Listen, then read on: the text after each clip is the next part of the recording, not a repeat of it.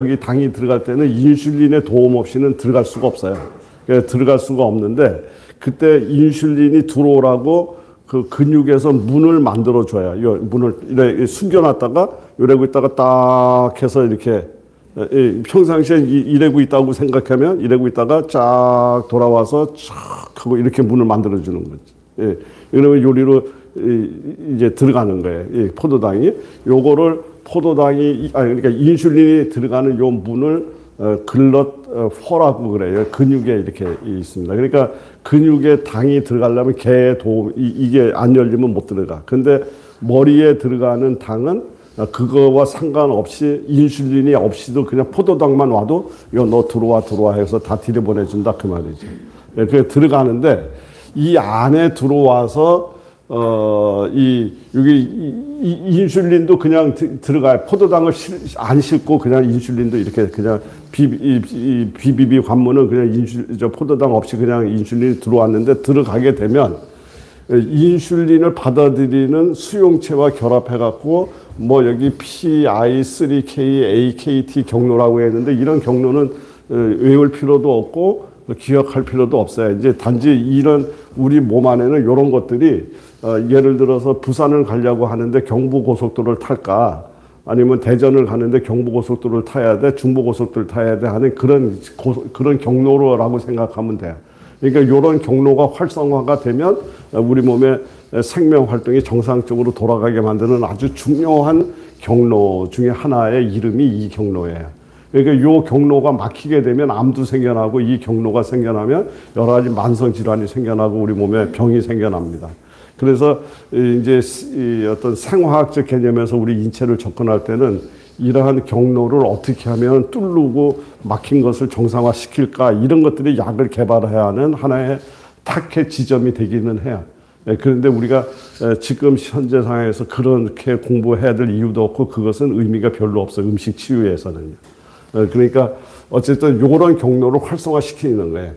그래서 그렇게 활성화가 되면 이 글러퍼 수송체의 이동을 유도해서 그러니까 이제 이렇게 뇌 세포 안에 특히 신경세포 같은 이런 세포에 이제 포도당을 받을 수 있는 길을 하나 더 만들기 위해서 이제 그 포도당이 뇌까지는 들어왔잖아요. 뇌까지는 들어와서 신경세포 안에 포도당이 배달이 돼야 될 때 인슐린 도움을 가지고서 거기에 배달이 된다 그 말입니다. 배달이 되려고 그러니까 그 배달을 하려면 글러포라고 하는 이 문이 있어야지 되는데 그래야 이를 수송할 수가 있는데 요거를 활성화시켜주는 일을 누가 한다? 인슐린이 한다 그 뜻입니다. 그래서 ATP 에너지 생성을 원활하게 하고 여러 가지 활동 전이 유지를 향상시키고 시냅스 전달 효율을 증가시키고 이게 다 인슐린이 하는데 만약에 인슐린 저항성이 생겨서 저런 걸 갖고 왔는데도 인슐린이 완전 문을 똑똑 두드리는데도 문을 안 열어주는 상황이 오면 이게 효과가 없지 않느냐 그 말이죠. 그러니까 인슐린 저항성을 일으키게 만들면 모든 게 다 우리 당뇨 합병증 생겨나듯이 뇌도 망가질 수밖에 없다는 얘기를 지금 하고 있는 거고 여기에서 얘기의 골자는 인슐린 저항성이 생기면 안 된다는 얘기를 지금 하고 싶어서 이런 이야기를 하고 있다 이렇게 보시면 됩니다.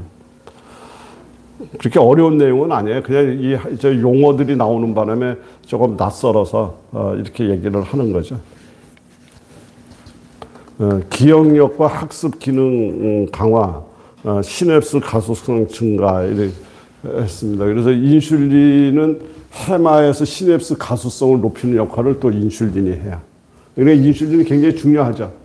굉장히 중요합니다.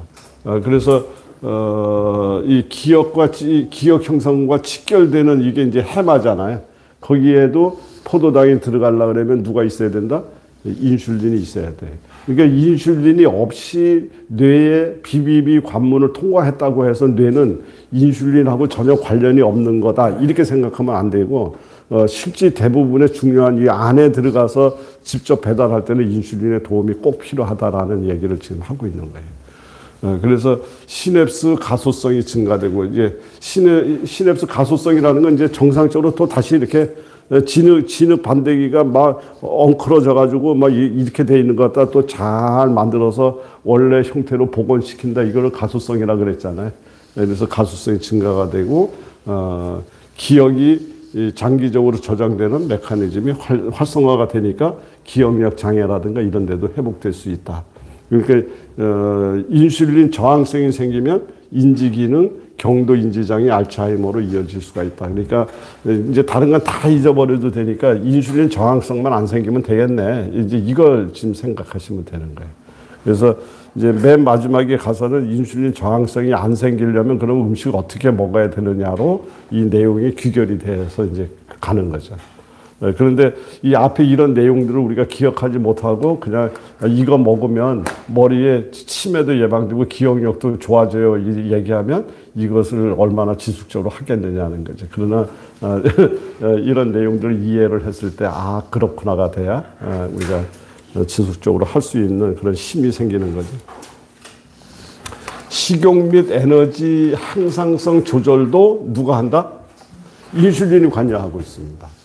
그래서 시상 하부의 인슐린 수용체에 인슐린이 가서 자극을 하는 순간 이 시상 하부에서는 이제 배가 부르다는 소리구나 하는 포만감을 강화하는 그런 신호가 작동이 되게 만들고요. 그다음에 에너지 충분 신호가 이제 에너지 충분하다고 나오는 거고 그러면 바로 식욕 억제를 시켜주는 이런 것들이 나옵니다. 이제 그래서 그리고 이제 에너지는 저장하고 그래서 효율적으로 창고 관리도 하고 그다음에 밥은 그만두라고 하고 이제 이거가 이제 누구하고 같이 연결되냐면 렙틴하고 같이 연결돼서 이렇게 움직여집니다. 그래서 식욕을 조절해주는 이것도 누가 한다? 인슐린이 하는 거죠. 근데 인슐린이 저항성이 생겨버리면 이런 일들이 안 되지 않느냐. 이제 인슐린 신경 보호 효과. 그래서 인슐린이 뇌 보호하는 기능에 대해서 설명하고 있고요. 인슐린은 뇌 세포를 보호하는 다양한 메커니즘을 통해서 신경 건강을 유지한다. 그래서 산화 스트레스 억제하고 미토콘드리아 기능 유지하고 아밀로이드 베타가 축적되는 것도 제거하는 것도 얘가 일부 인슐린의 작용에 포함되어 있습니다. 그러니까 굉장히 중요한 역할을 많이 하는 거죠. 네, 중요합니다. 그래서 인슐린 신호가 약화가 되면 베타 아밀로이드 축적이 증가가 되는 이제 이런 거예요. 그리고 타우 단백질이 변화가 돼서 이런 신경 손상으로 되고요. 그래서 알츠하이머 위험이 생겨나기 때문에 앞에서도 얘기했지만 제3형 당뇨를 알츠하이머라고 한다라고 얘기하는 거예요. 그러니까 지금 뭐 여러 가지 복잡한 얘기 계속하고 있지만은 결론은 계속 얘기지만은 인슐린 저항성이 생기지 않도록 해야 된다는 얘기를 지금 계속 강조하고 있습니다. 그래서 인슐린 저항성과 뇌 대사의 붕괴. 그래서 인슐린 저항성이 생기면 결국 뇌에 여러 가지 에너지 결핍이 생겨나서 기억력 떨어지고 집중력 떨어지고 기분 아밀로 뭐 이게 전부가 다 치매뿐만 아니라 대사성 질환으로 다 연결이 된다. 그래서 지금까지 이야기 드렸던 내용을 이제 요약해 보면 이 뇌의 이중 시스템 대부분은 인슐린 비의존적이지만 해마 시상하부는 인슐린 의존적이다. 그래서 이거를 굉장히 중요하게 이해를 하셔야 되고 해마 같은 경우가 우리 기억을 돕는 거잖아요. 근데 기억력이 떨어지기 시작하면 그게 다 이제 뇌의 핵심적인 기능을 잃어버리는데 걔는 인슐린 의존적이다라는 거예요. 그래서 인슐린의 핵심 역할을 정리해 보면 뇌의 에너지 대사, 시냅스 기능, 기억력, 식욕 조절, 신경 보호 이거에 필수적인 역할을 담당하고 있는 게 바로 인슐린이다. 그래서 인슐린 저항성의 위험, 인슐린 저항성이 오게 되면 당연히 뇌의 기능은 약화되고 뇌 세포는 이제 기능이 저하가 되면서 기억력 장애에서부터 해서 인지 장애, 치매 이렇게 하면서 이제 가는 거죠. 건강한 뇌를 위한 열쇠, 인슐린 감수성을 유지하는 것이 뇌 건강과 인지 기능 보호의 핵심적이다. 이제 이렇게 얘기를 합니다. 그래서 인슐린 저항성과 뇌 신호라고 얘기하는데 인슐린 역할은 지금 계속해서 반복하고 있으니까 이제 그 얘기고 이제 말초에 저항성이 생기면 BBB 통과 인슐량이 감소가 돼서 BBB를 인슐린이 들어가야 되는데 여기에 이제 말초에 저항성이 생기면 결국 못 들어가잖아요. 그러면 이제 이런 생각이 되고 그 다음에 인슐린 저항성이 생겨서 우리 활성화 시켜주는 이런 경로가 차단이 되면 경부고속도로 가려고 그랬더니 거기 앞에 차가 밀렸거나 아니면 고장이 나서 차단기 다 내려놓으면 그거 못 하잖아요. 못 가는 거죠. 이제 이런 거죠. 그 다음에 타우 미세 소관을 막아버리는 타우 엉킴이 일어나게 되면 이제 우리 뇌에는 여러 가지 문제가 생겨난다. 만성 염증과 신경 염증의 고리, 거짓말 지금 계속 같은 말을 하고 있는 겁니다. 같은 말을 하고 있는데 이제 고혈당, 고지혈 이런 것들이 많이 발생이 되면 우리 몸 안에서는 어쨌든 이제 면역 세포가 나타나서 활동을 개시해요.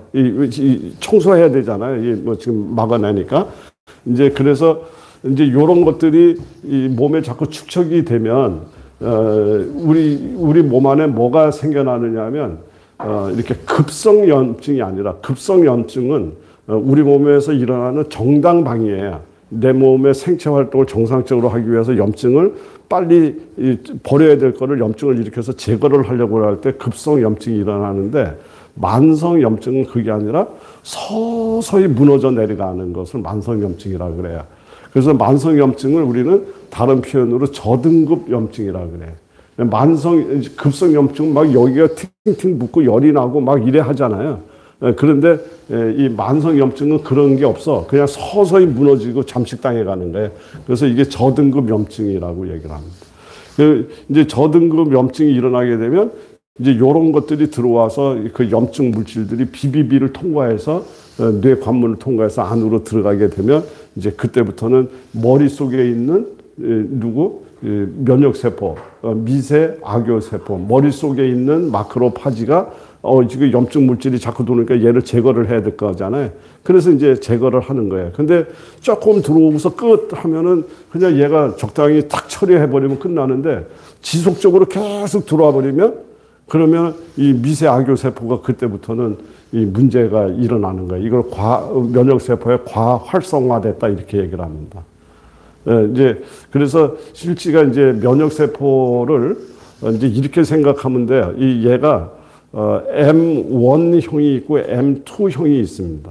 그러니까 하나는 작업복을 입었을 때를 M2형이라고 얘기를 하고요.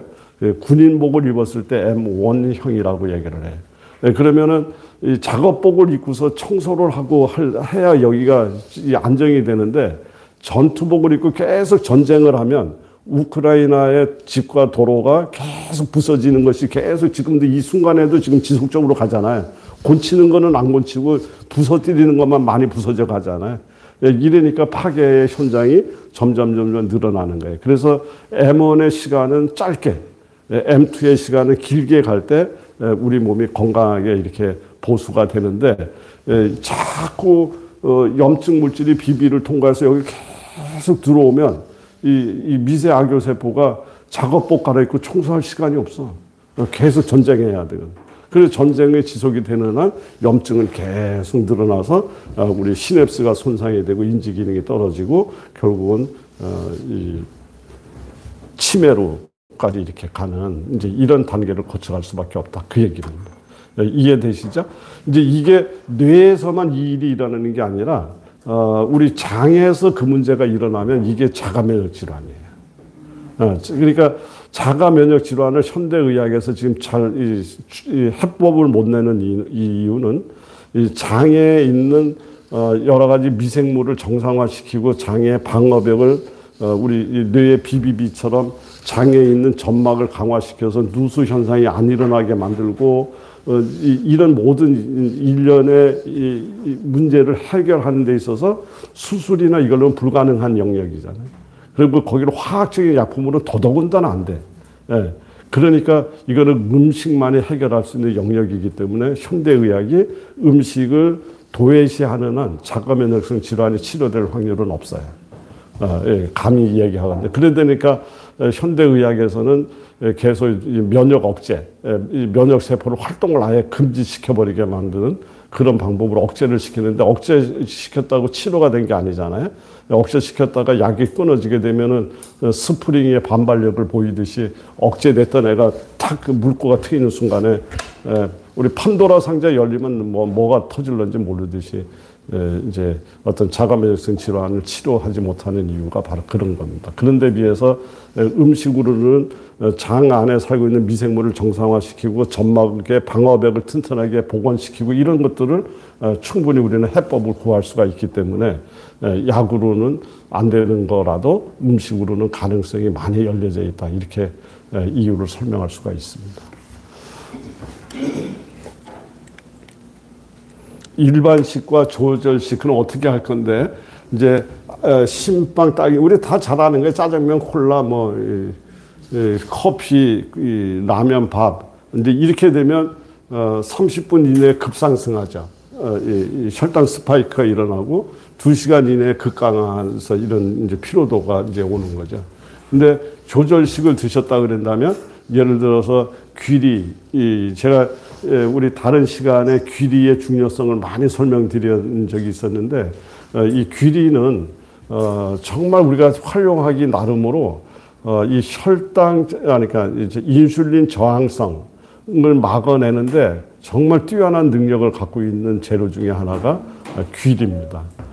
우리 저기 왜 어린애들 그 이유식의 오트밀 있죠, 오트밀. 그게 귀리예요. 그러니까 이 귀리에 들어있는 이 베타글루칸은 이 장 속에 살고 있는 면역세포를 훈련시켜서 여러 가지 장의 우리 면역 기능을 정상화시켜주는 데 도움이 되는데, 그 중에서도 귀리에 있는 베타글루칸은 이 당을 조절하는 능력이 매우 뛰어납니다. 그리고 버섯에 있는 베타글루칸은 이제 면역세포를 훈련시켜서 이제 뭐 미생물을 제거한다든가 어떤 우리 몸 안에 들어왔는 이물질을 제거하는데 굉장히 뛰어나요. 그래서 버섯이라든가 이런 것을 만들어서 우리 표고버섯이니 무슨 버섯 뭐 좋다고 얘기하는 거, 암에 좋다 얘기하는 거는 바로 그 베타글루칸을 통해서 면역세포가 이제 훈련을 잘해서 힘을 얻을 수 있기 때문인데, 그래서 버섯은 그쪽 편에 특화되어 있는 베타글루칸이라면 이 귀리에 있는 베타글루칸은 인슐린 저항성과 관련돼서 특화되어 있는 베타글루칸이다. 이렇게 이해하시면 돼요. 그래서 이 귀리를 그냥 간단하게 귀리로 죽 써도 돼요. 귀리 갖다가 죽을 써서. 근데 죽을 쓰는데 이왕이면 여기다가 뭐 집어넣을까요? 귀리 버섯죽. 귀리에다가 표고버섯 좀 쓸어 놓고 이렇게 해서 먹으면 귀리 표고버섯죽 되잖아요. 이제 이렇게 생각하시면 되는 거예요. 그래서 그게 당뇨약이 당뇨 환자들한테 치료가 될 수 있는 일이고, 심지어는 우리 뇌 질환에도 치료할 수 있는, 접근할 수 있는 아주 좋은, 왜냐하면 인슐린 저항성을 막아줄 수 있는 좋은 음식이기 때문에 그런 거예요. 그래 놓고 여기다가 뭐 김치 같은 걸 곁들여서 장을 더 건강하게 만들어 준다든가 이렇게 접근하시라는 거예요. 그러니까 꼭 요 1, 2, 3, 요 세 가지를 고정된 시각으로 보지 말고 하나의 큰 그림에서 요런 애들을 잘 포함시켜서 이렇게 만들면 돼요. 그리고 뭐 점심에, 아침에 이래고 점심이라고 꼭 요거 먹고 이런 뜻은 아니고, 요런 개념들로 우리가 음식을 만들 수가 있다. 그래서 청국장, 앞에서 얘기했잖아요. 청국장에 있는 이 레시틴은 이 세포의 기름, 지방, 우리 인지질이라고 하는 것을 정상화시켜 주는데 필요한 유효 성분을 가장 많이 갖고 있다 이랬습니다. 그리고 이제 지금 아직 장 건강과 관련된 이야기는 안 했는데, 제가 지금 설명 속에서 계속 장에서 독소가 들어가는 거로부터 자꾸 시작된다 그랬잖아요. 그러니까 기본적으로 장을 건강하게 만드는데 청국장이 기여할 수가 있습니다. 그래서 이렇게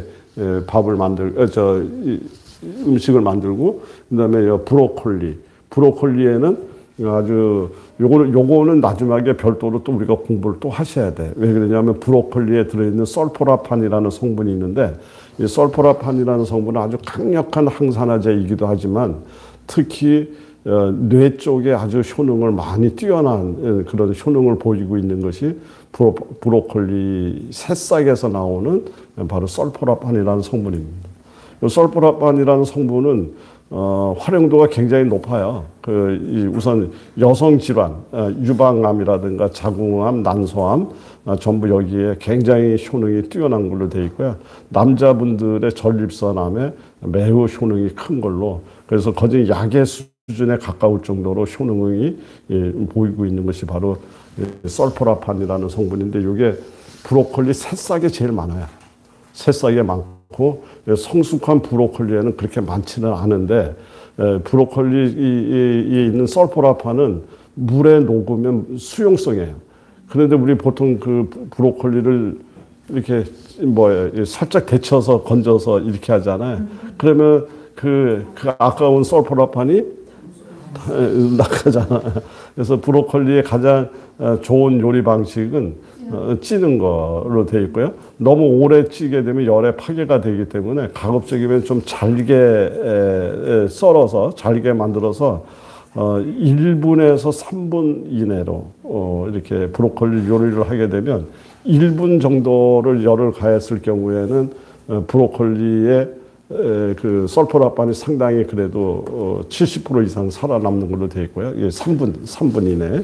근데 그 이상 되게 되면 상당 부분이 급격히 소실되는 걸로 되어 있습니다. 그러니까 이렇게 하고, 단지 그 설포라판이 브로콜리에만 있는 게 아니라 주로 십자화과 채소, 배추, 케일, 또 뭐죠? 청경채, 그리고 또 겨자, 고추냉이, 이것들이 전부가 다 십자가 채소들이거든요. 그래서 이런 브로콜리를 이제 드실 때는 이쪽에서 혹시라도 파괴가 됐으면 이쪽에서 좀 보완한다는 의미에서 십자가 채소를 한 두서너 가지를 더 이렇게 곁들여서 사용하게 되면 설포라판에 그래도 우리가 좀 더 흡수할 수 있는 그런 좋은 그런 컨디션이 만들어지니까 이제 그렇게 해서 이걸 상을 만드는 것이 좋다. 이렇게 생각하시면 됩니다. 그래서 고추냉이 같은 경우에는 설포라판에 굉장히 많아요. 고추냉이 같은 데 많고. 이제 그러니까 그렇게 사용하시고요. 그 다음에 이제 주로 이제 여기 녹차 같은 거에 들어있는 이 카테친이 이제 항산화력이 굉장히 높으니까 녹차 같은 거를 이제 울고서 드시고, 호두의 오메가3 인지질 건강하게 만드는 거, 블루베리 항산화 성분 안토시아닌, 이제 이런 식의 개념으로. 그리고 이제 제가 항상 강조하는 행복 스프, 단호박 스프라고 이제 써놨는데, 여기에 베타카로틴이라든가 이런 것들이 점막을 강화하고 이러는데, 여기다 들깨, 오메가3 이렇게 들어가서, 이런 개념으로 너무 무슨 영양학적으로 막 이렇게 머리를 안 하더라도 이제 이런 것들을 대략 이렇게 이해를 해 놓으시면은 이렇게 밥상 만들고 메뉴를 설정하는데 그렇게 어렵지 않다. 단지 이제 앞으로 이제 이런 것들은 주로 이제 기본적인 어떤 그 식단을 만들 때 가져갈 수 있는 기본안이 되는 거고요. 그다음에 내가 이거를 꾸준하게 매일 아침에 일어나서 소주 마시고, 식사 때마다 소주 마시고, 잠자기 전에 소주 마시고, 그래 알코올 중독자가 되잖아요.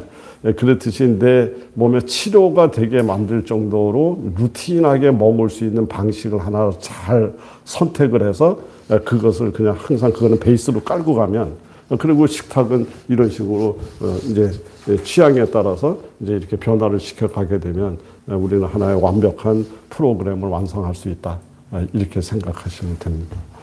그래서 이제 이런 개념으로 이해를 하시면 좋을 것 같고요. 폴리페놀 인슐린 감수성 회복 기전이라고 얘기했는데, 이제 이거는 뭐 그렇다. 그러니까 폴리페놀 그 식물에 들어있는 이런 유효 성분을 많이 먹게 되면 이러이러한 데가 에너지 대사를 촉진시키는 AMPK 경로를 활성화한다. 그러니까 경부고속도로를 통행권을 준다. 이제 이렇게 되고, 그 다음에 NFKB를 억제한다. 이거는 염증이 일으키는 경로에, 그러니까 위험한 길로 못 가게 차단기 내려준다. 이 폴리페놀을 먹게 되면 이제 이런 식으로 간 근육내에 인슐린 수용체가 잘 작동되도록 민감성을 회복해준다. 어떤 걸 많이 먹으면? 폴리페놀을 많이 먹으면. 이제 이런 것들이 다 그런 거다. 이렇게. 그래서 이제 요거를 종합적으로 정리해 보면 양파, 케일, 사과 껍질. 요게 이제 그런 종류의 조합이 될 수가 있어요. 그래서 양파, 사과, 시나몬 스무디. 시나몬이 뭔지 계피. 예. 그래서 계피가루 좀 집어넣고 양파, 사과 끓여서 스프로 만들어서 거기다가 이렇게 넣으면 되는데 여기에도 사과 껍질하고 특히 양파 껍질에 케르세틴이 제일 많아요. 예, 그렇죠. 그래서 양파 껍질을 버리지 마시고 양파를 껍질을 이렇게 별도의 이렇게 그물망 같은 데다 집어넣어서 끓여서 그 물을 이렇게 차처럼 드시거나 이렇게 하시는 방법도 있습니다. 이런 방법이 있고요. 이소플라본. 요거는 이제 식물성 이소플라본. 여기 어디에 많이 들어있어요? 콩 종류에 들어있잖아요. 그래서 청국장, 귀리, 아까 요거 들깨 스프 이렇게 얘기 드렸습니다. 청국장, 귀리하고 이렇게 해서. 그래서 저 같은 경우에는 이제 귀리를 이제 분말로 만들어서요.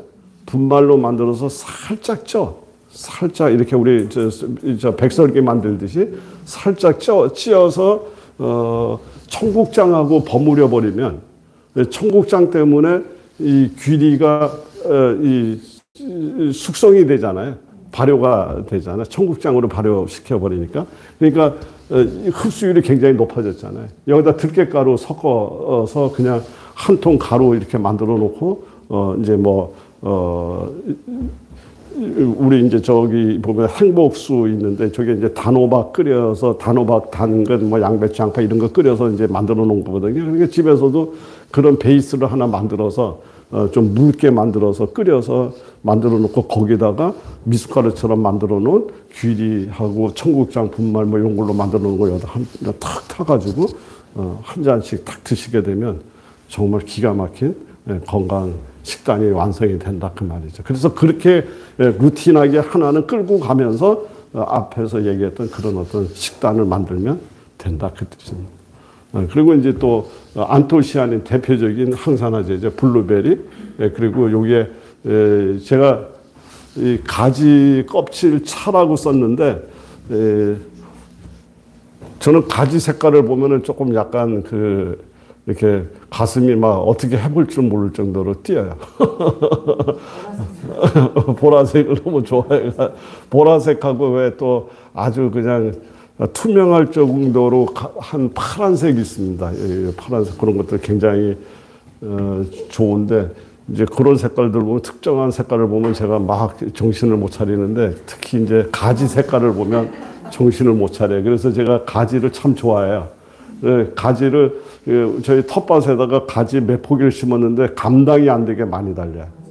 그래서 그거를 전부 다 이제 먹는 거는 먹는 거고 나머지 건 햇빛에 다 말려서 지금 저장해 놨습니다. 그래서 그거를 갖다가 이제 차처럼 끓일 때 이렇게 한 토막씩 집어넣고 하면 물이 이렇게 뭐랄까 살짝 달짝지근해요.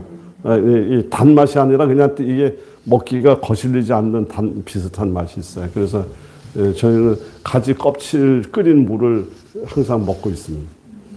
그래서 요 물에다가 블루베리 같은 거 같이 섞어서 드시거나 이렇게 먹으면서 여기는 없지만은 호두 같은 거 같이 곁들여 먹고 이렇게만 하더라도 우리는 인슐린 저항성에 대해서 상당한 어떤 대응책을 마련한 거다 이렇게 볼 수 있는 거죠. 그 이후에 뭐 이제 카테킨 그다음에 이제 요 커큐민이 이제 굉장히 관심이 쓰이는 애예요. 이 커큐민이 우리 강황에 많이 들어있는 거죠. 강황 울금. 여기에 있는 것이 지금 아마 뇌 질환 연구하는 이런 부분에서 가장 관심도가 높은 그 재료가 강황이 아닐까 싶어요. 그러니까 커큐민이 아닐까 싶어요. 저 커큐민은 염증 제거하는데 아주 엄청나게 좋은 작용이 있고요. 그리고 우리 몸의 해독 기능 이런 여러 가지 좋아서 이 뇌 질환, 알츠하이머나 치매 강력한 후보 물질도 되지만 얘가 우리 암 환자들을 위해서도 강력한 후보 물질이에요. 그러니까 왜냐하면 암도 역시 마찬가지로 만성 염증으로부터 이제 이게 발전이 돼서 가기 때문에 이것을 제거하는데 효능을 보인다는 점에서 매우 뛰어난데 얘의 단점은 뭐냐면 흡수율이 얕아요. 흡수율이 얕아서 지금 이렇게 기능성 식품으로들도 많이 나와 있지만 이제 우리가 흡수율을 높이는 방법으로 일반적인 방법으로 우리 카레 먹을 때 뭐 뿌려서 먹어요? 후추. 예, 그 바로 그 후추에 있는 피페닐이라는 성분이 이 커큐민의 흡수율을 높인다 이렇게 돼 있는데 사실은 그것보다 흡수율을 더 높이는 방법이 뭐냐? 발효. 예. 예, 그래서 발효를 만약에 시킨다면, 그래서 제가 이 강의를 들은 사람들만 알게 만들려고 그거는 여기다 안 적었어요. 청국장, 귀리, 들깨수프, 청국장으로 누구를 발효시켜요? 강황을 발효시켜요. 청국장에다 혼합을 해서 발효를 시키면 굉장히 커큐민 흡수율이 높은 이게 됩니다. 그러니까 여기다가 섞어버려도 되고, 요 스프 먹을 때 여기다도 섞는데, 처음부터, 여기 지금 스프라는 단어를 썼지만 스프는 하지 말고, 청국장, 귀리 분말, 여기다 들깨가루, 울금, 요거 집어넣어서 버무려서 숙성 딱 시켜서 요거를 매일같이 미숫가루 타 먹듯이 어디에다 행복수 같은 데다가 매일같이 타서 이렇게 먹게 되면, 그러면, 거진 완벽한 염증 제거제, 인슐린 저항성을 극복할 수 있는 좋은 이런 것들이 만들어집니다. 그래서 이제 요 강의를 안 들은 사람은 지금 요 대목을 못 들었기 때문에 이제 모르고 가는 거예요. 그죠? 그래서 차별성을 드려야 돼서 제가 그거는. 그래서 이제 여기에 이제 그런 내용들을 이제 조금 이렇게 해놨는 게 이렇게 응용하시라는 거예요.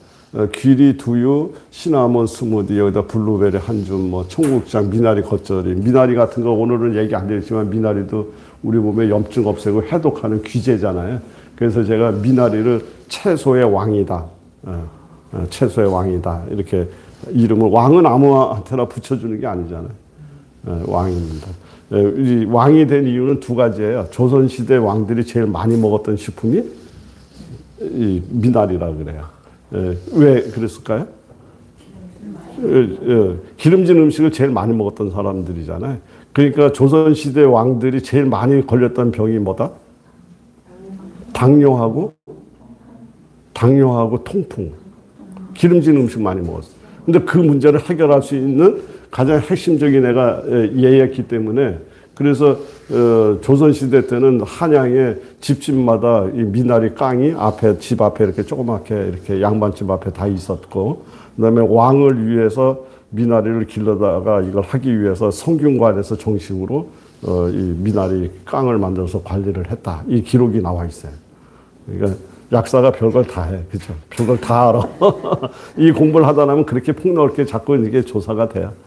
그래서 이제 미나리를 수근이라고 얘기합니다. 생양명으로. 그래서 이제 수근을 채취한다. 이거를 채근한다라고 얘기를 했는데, 조선시대 때 채근한다는 말은 왕을 위한, 그러니까 인재 모집 공고를 낼 때 이제 우리 이제 무슨 시험을 본다 뭐 한다 하잖아요. 이제 이럴 때 채근 공고라는 이렇게 말을 썼었다 그래요. 그러니까 채근이라는 말은 미나리를 채취하는 말인데 왕을 위한 일이기 때문에 인재를 뽑는 일이나 똑같다라고 생각해서 인재를 뽑는 것도 채근한다라고 이렇게 했다고 했을 정도로 미나리가 갖고 있는 능력이 매우 큽니다. 그래서 이 미나리를 잘 활용하시고, 그 다음에 이제 우리 방식으로 얘기를 하자면 또 단호박 스프, 행복 스프를 얘기하는 거예요. 이제 제가 단호박, 당근, 양배추, 양파 이렇게 네 가지 섞어서 끓여서 드시면서 장 점막 튼튼하게 만들고, 이렇게 이 장 안에 있는 미생물의 다양성을 확보하기 위해서 만들어 놓은 스프가 이제 단호박 스프인데, 이 단호박 스프에다가 브로콜리, 강황, 볶음 뭐 이런 것들 집어넣어서. 그래서 이게 인슐린 감수성을 떨어뜨리기 위한, 그러니까 이 강화하기 위한 이제 이런 음식의 종류고 방향이다. 이렇게 이해를 하시면 될 것 같습니다.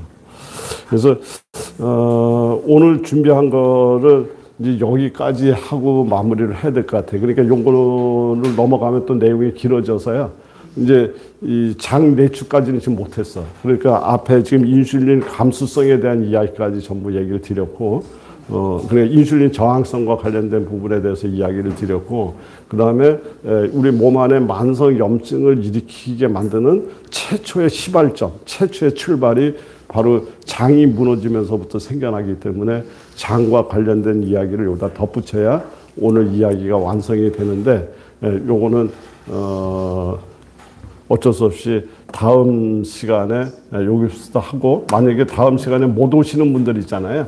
다음 못 오시는 분은 이제 이거를 이제 영상으로 녹화했으니까 영상으로 이렇게 보셔서 계속 공부를 하실 수 있는 기회를 만들어 드릴 테니까 그렇게 해서 하시면서. 박사님 다음 주는 오프라인 하시죠? 다음 주에는 8일에 다음 주는 없고 그 다음 주 한 주 건너서 그리고서 가급적이면은 하여간 제가 일정도 좀 조절도 좀 해야 되겠지만은 이렇게 공개 강좌를 좀 아주 지속적으로 좀 할 수 있는 방법을 지금 생각하고 있습니다. 그래서 많이들 와서 들으시고 정말 부담 없이 들으시고 이 음식이 얼마나 중요하고 얼마나 큰 일을 해낼 수 있는가, 이런 것들을 좀 몸소 경험하시고 뭐 널리 퍼뜨리는 것보다 우선 우리 여기 계신 선생님들이 경험하시고 그것이 이제 합리적으로 받아들여지기 시작하면 이런 것들이 하나 둘씩 이렇게 해서 널리 퍼졌으면 좋겠다는 것이 제 생각입니다.